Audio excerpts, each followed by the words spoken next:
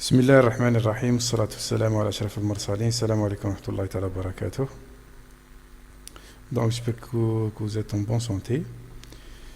Donc dans cette vidéo je vais vous présenter comment traiter les résultats sur le fichier Excel que je vais vous envoyer. Donc le fichier Excel donc il est là, donc je vais l'ouvrir.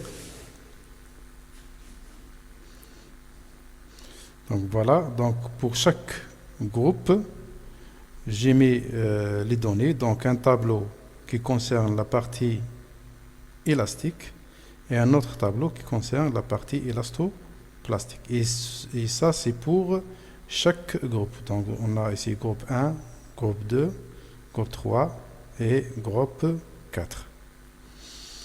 Donc voilà. Donc comme vous voyez ici, je vous ai mis des tableaux. Donc j'ai mis juste les résultats soi-disant bruts. Donc des résultats bruts. Et il faut continuer, c'est-à-dire en calculant les autres paramètres, c'est-à-dire la contrainte équivalente vraie, la déformation équivalente vraie, le modèle de Young, donc dans la partie élastique et dans la partie, donc la contrainte vraie, la déformation vraie et la contrainte vraie dans le domaine élastoplastique. Donc voilà. Donc ici vous avez le diamètre ou bien les caractéristiques géométriques de l'éprouvette. Donc l'éprouvette elle est de diamètre de 8 mm pour le groupe 1. Donc bien sûr pour chaque groupe on a la géométrie change. Donc pour le groupe 1, donc on a 8 mm et une longueur initiale L0 qui est égale à 102 mm. Donc S0 c'est la section initiale. C'est la section initiale qui est égale, donc je peux écrire directement ici, qui est égal PD au carré divisé par 4. Donc D au carré, voilà, D au carré fois P, donc ça c'est P, divisé par 4. Et voilà, j'ai la section qui est égale à P D au carré sur 4. Donc aussi, je peux calculer la contrainte et la déformation. Donc je vais commencer par la partie élastique. En essayant de suivre l'énoncé ou bien le travail demandé. Donc dans le travail demandé, premièrement, je vais commencer par le domaine élastique. Donc je vais remplir ce tableau. Je vais tracer les deux courbes F en fonction de delta L et la contrainte en fonction c'est-à-dire en fonction de la déformation. Puis je vais déterminer le module de Young, c'est-à-dire dans chaque cas ici, je vais calculer le module de Young, puis je vais chercher la moyenne. Donc je vais commencer par le domaine élastique, c'est-à-dire par ce tableau. Donc j'ai la contrainte qui est égale à F, la force, divisée par la section initiale. Et comme j'ai dit dans la vidéo précédente, donc là, il n'y a pas un grand changement entre S0 et S, puisqu'on est dans le domaine élastique. Par contre, ici, dans le domaine élastique, on doit prendre la variation de la section. C'est-à-dire, on va utiliser ces deux lois. C'est-à-dire, on va utiliser ces deux lois. Donc, on va revenir. Donc, je vais revenir dans mon fichier Excel. Donc, sigma est égal à F divisé par S0. Donc, voilà. Donc, je peux écrire, dans chaque case, je peux écrire la même chose, c'est égal à F sur S0. Ou, je peux aller ici, dans cette case, et là, quand j'ai un plus qui est tout en noir, je peux cliquer et rester cliquer en balayant les autres cases. Regardez. Voilà. Mais il y a un problème. Donc là, j'ai besoin que F change. Donc là, F change, mais la section, regardez, la section, elle se déplace aussi. Donc pour garder la section dans sa case ou bien dans sa position, donc je vais fixer, c'est-à-dire cette case en ajoutant des dollars, c'est-à-dire comme ça, $1 ici, pour fixer le balayage suivant la ligne et $1 après la lettre pour fixer le balayage suivant la colonne. Donc voilà, et cette fois quand je vais, c'est-à-dire balayer les autres cases, donc la section, donc la force elle va changer, mais la section ne va pas changer, regardez. Voilà, donc F change, mais S0 ne change pas. Donc voilà, donc j'ai déterminé la contrainte. Maintenant, je vais aller faire la même chose avec la déformation. Et bien sûr, vous pouvez refaire la vidéo afin bien répéter,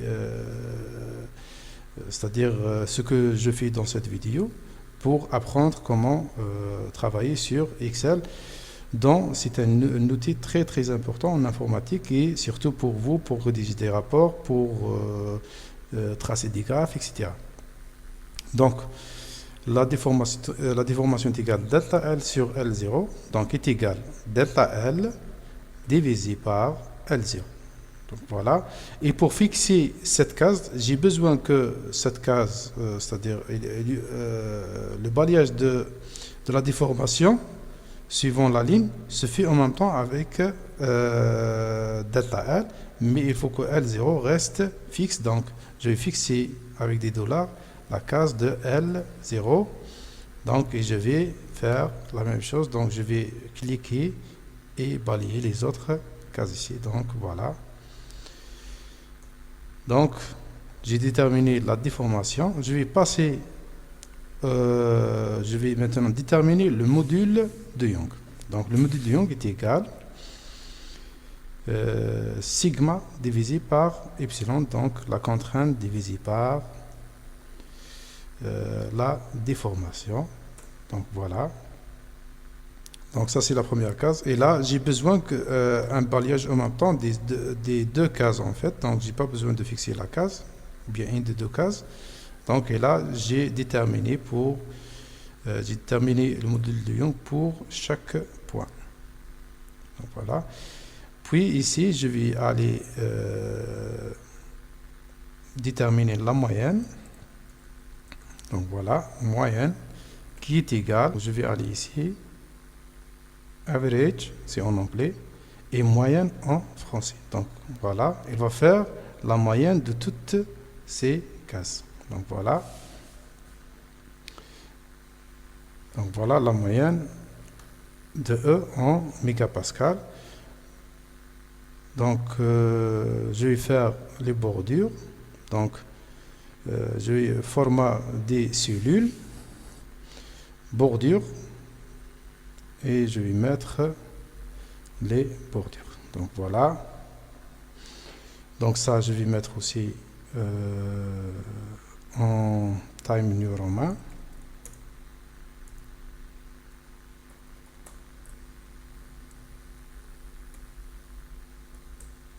Voilà, Time New Roman. Donc ça c'est 12. Voilà. Donc voilà. Donc maintenant, je vais commencer par tracer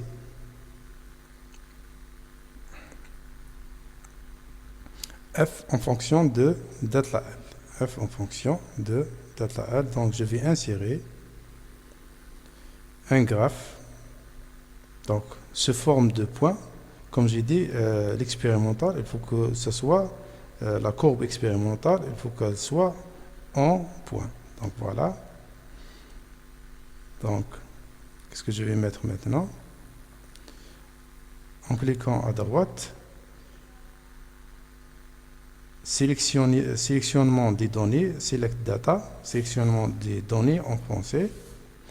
Donc added, ajouter. Et le nom de la série, c'est courbe de la force expérimentale. Voilà. Donc, les valeurs de x, donc c'est delta L. Donc, je vais sélectionner ici. Puis, j'ai les valeurs de y, c'est f. Donc, voilà. OK. Voilà, et comme ça, j'ai tracé donc la courbe de la force. Il faut ajouter le nom des abscisses et des ordonnées. Donc, je peux aller ici. Donc, et je vais ajouter, c'est-à-dire tous les paramètres ici. Donc, là, j'ai la force.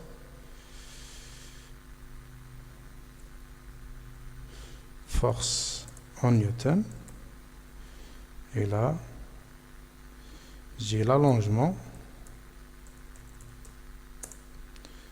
en millimètres. Donc, je supprime ça. Donc, je vais ajouter la grille, ici comme ça. Donc, je peux, c'est-à-dire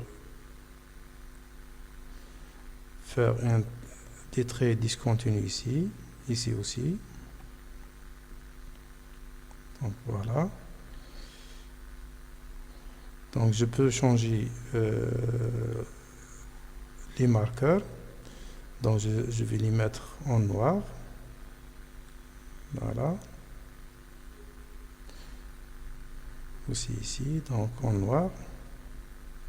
Donc, voilà. Donc, j'ai mis des points en noir.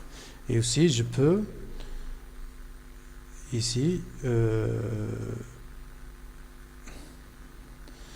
donc tout mettre en noir et aussi la police time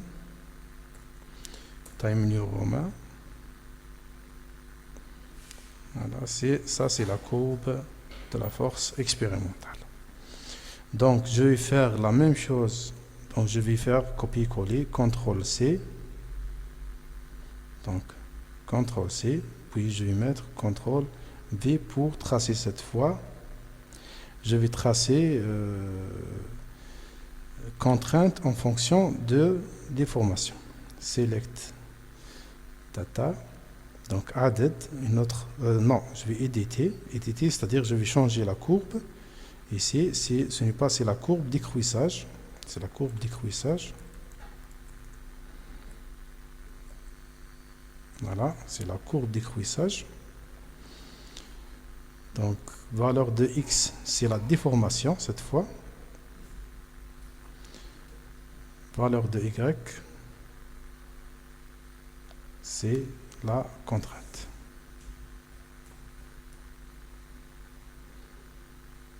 Donc, OK. OK. Courbe décroissage dans le domaine élastique. Je vais changer aussi le titre ici. Donc, contrainte équivalente vraie en mégapascal, newton par millimètre carré, mégapascal. Et j'ai ici la déformation équivalente sans unité. Déformation équivalente vraie. Donc voilà, ça c'est la courbe décroissage.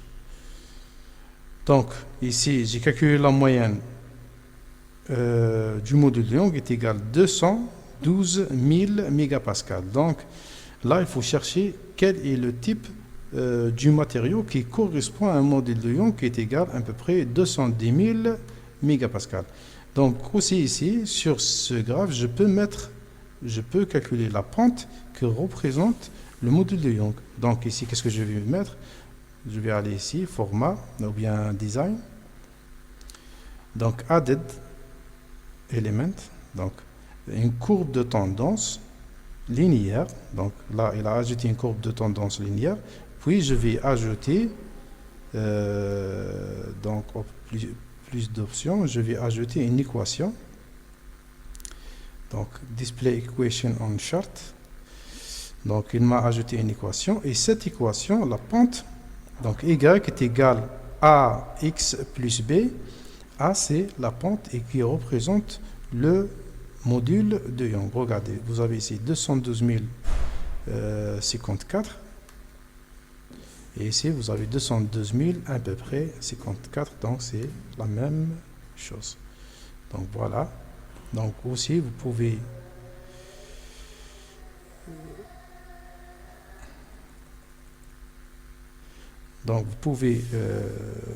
laisser juste y est égal à ax. A, c'est la pente qui représente le module de Young. Donc voilà. Donc je peux, donc dans votre rapport, vous pouvez directement prendre le tableau comme ça. Voilà, CTRL C.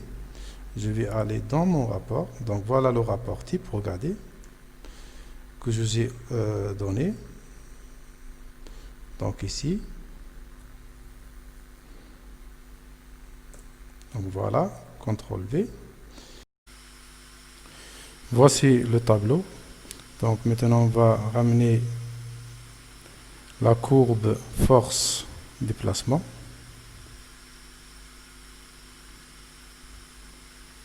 Donc, je vais supprimer ce carreau.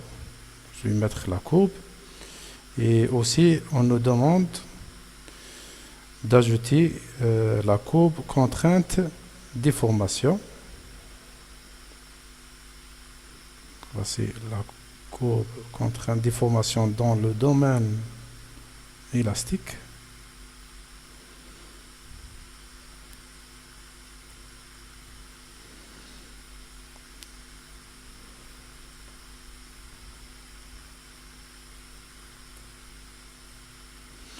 Donc c'est figure 2, donc il faut ajouter les intitulés des figures.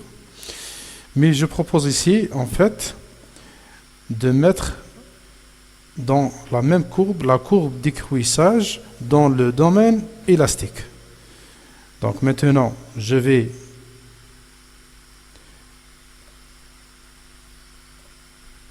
ajouter dans ce même graphe la courbe dans le domaine élastique. Donc j'ai besoin de ramener les équations. Donc ça c'est pour se rappeler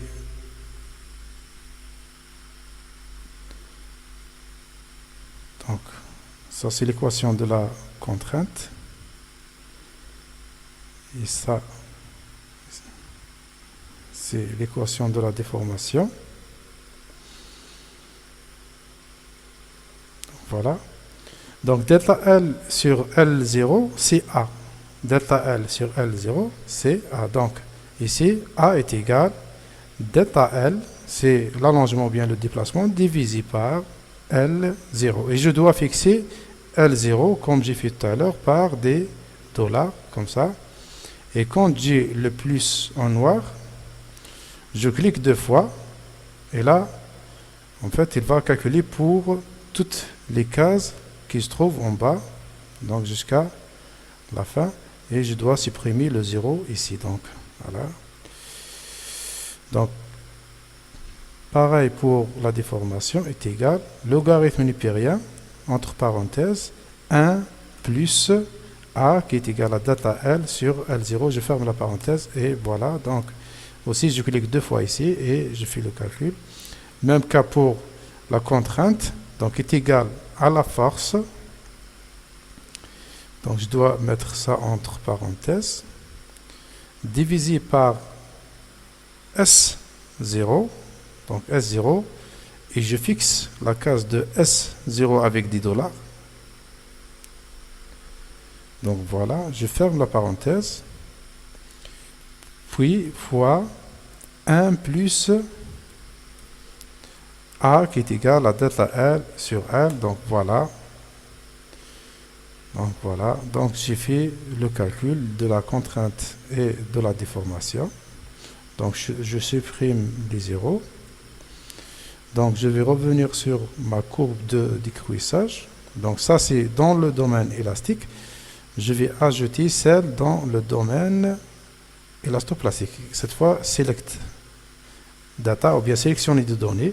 Là, je ne vais pas éditer, mais je vais ajouter added. Donc, serrer, c'est-à-dire X. Donc, c'est la déformation équivalente. Donc, je vais sélectionner tout ça. Puis, Y qui représente la contrainte équivalente vraie. Donc, voilà. Je mets OK. OK. Et je reviens sur... Voilà, donc, voilà ma courbe décroissage dans le domaine élastique. Donc, on a le domaine élastique, le domaine plastique. Et ça, c'est le point de la rupture. Donc, je peux changer, bien sûr, la courbe. Donc, je vais ramener ça ici. C'est la courbe de tendance. Donc, ça, je peux le changer. Donc, format.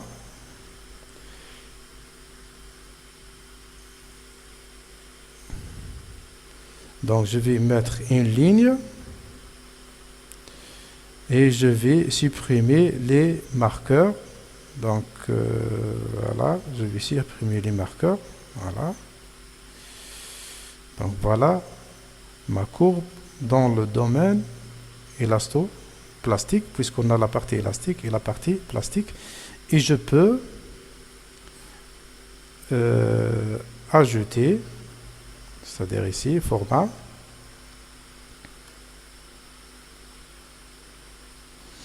Donc, je peux ajouter des flèches. Donc, des flèches comme ça. Pour... Donc là, regardez, je mets mon curseur ici. Donc, regardez, je mets mon curseur ici. Et j'ai la valeur de la contrainte dans ce point qui est égal à 412,15 et qui représente la limite élastique. Donc voilà. Donc RE qui est égal à 412,15. 412,15 mégapascal. Donc c'est la limite élastique.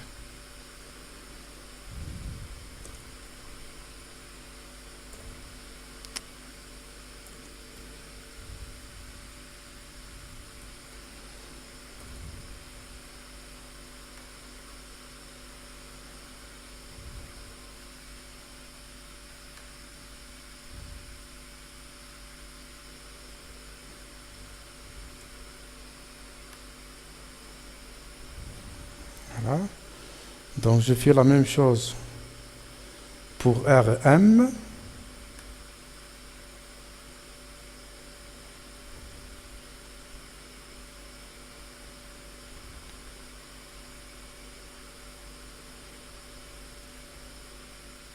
Qui est égal à 1669 à peu près. RM qui est égal à 1669 mégapascal. Donc format aussi pour RR, le point de la rupture, qui est égal à 486,15. 486,15. RR qui est égal à 486,15 mégapascal.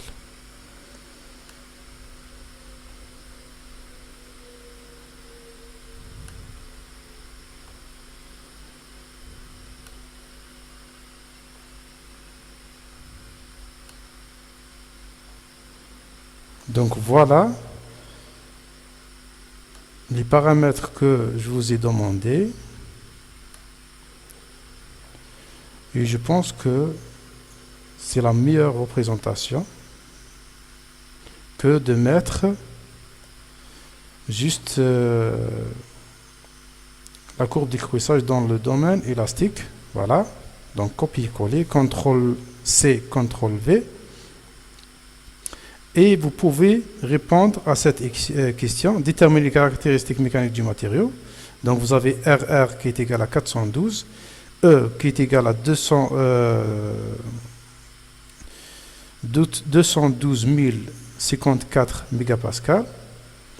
Vous avez aussi RM qui est égal à 769 et RR qui est égal à 486 mégapascales. Donc voilà concernant la manipulation dans l'Excel. Et dans une deuxième partie, donc on va parler sur la partie numérique. Donc voilà, la partie numérique, puisqu'on n'a pas une partie théorique. Donc on va, dans la partie numérique, on va faire la modélisation. Donc on a répondu sur toutes les questions, traçage de la courbe d'écrouissage dans le domaine élastique et élastoplastique en même temps, dans la même courbe. Et à partir de la courbe d'écrouissage, on a pu, c'est-à-dire ici, on a pu déterminer les caractéristiques mécaniques et on a répondu à cette question. Donc maintenant la partie numérique. Donc dans la vidéo prochaine, donc on va voir la modélisation sur RDM6 et on va comparer F delta L numérique avec expérimental. C'est-à-dire il faut que je mette les deux courbes dans le même graphe. C'est-à-dire la prochaine fois, je vais garder tout ça et je vais ajouter une case ici. Donc regardez. De cette façon, je vais appeler ça delta L numérique. Voilà, je supprime tout ça. Donc, voilà, et je vais ajouter ça dans la prochaine vidéo. Donc j'espère que j'ai été clair concernant le traitement des résultats ou bien dans le fichier Excel. Donc je vous remercie pour votre attention. Salam alaikum wa rahmatullahi ta'ala wa barakatuh.